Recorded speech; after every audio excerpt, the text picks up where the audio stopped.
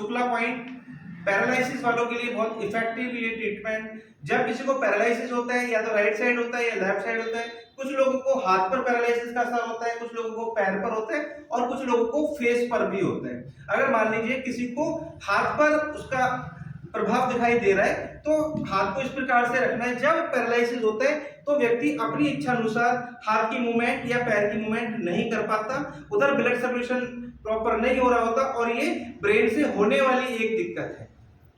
तो अगर हाथ में इसका असर आए तो अपनी उंगली और अंगूठे को इस प्रकार से रखना है और इस प्रकार से हमें क्लॉकवाइज करते जाना है, ऊपर से नीचे और ऐसे ही नीचे से ऊपर, पास पास पास पास, इस प्रकार से हमको पॉइंट बनाने होते हैं।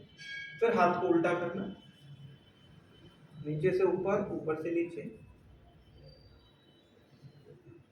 बहुत इफेक्टिव ये ट्रीटमेंट पैरालिसिस पेशेंट्स के लिए। उसके बाद हमें अपनी उंगलियां पेशेंट की उंगलियों में इस प्रकार से फंसानी और इसको मूव करना है दोनों दिशाओं में, क्लॉकवाइज एंटी क्लॉकवाइज।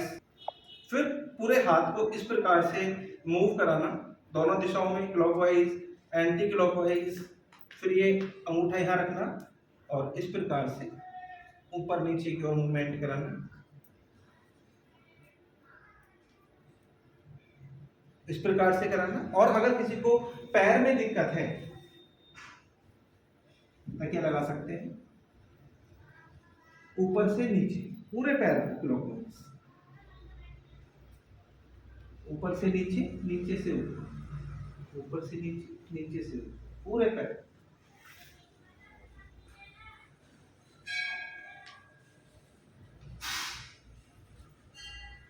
इस प्रकार से हमें ये पॉइंट करना। उसके बाद पंजे को पकड़ना, ऊपर नीचे, ऊपर नीचे, ऊपर किया फिर नीचे की, ऊपर की नीचे, फिर इसको क्लॉकवाइज एंटी क्लॉकवाइज, फिर पैर को इस प्रकार से।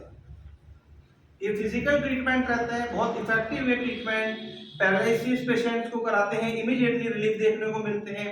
जो चल नहीं पा रहा है, हाथ ऊपर नहीं उठ पा रहा है, करने के कुछ ही दिनों के बाद आपको आश्चर्यचकित परिणाम देखने को मिलते हैं।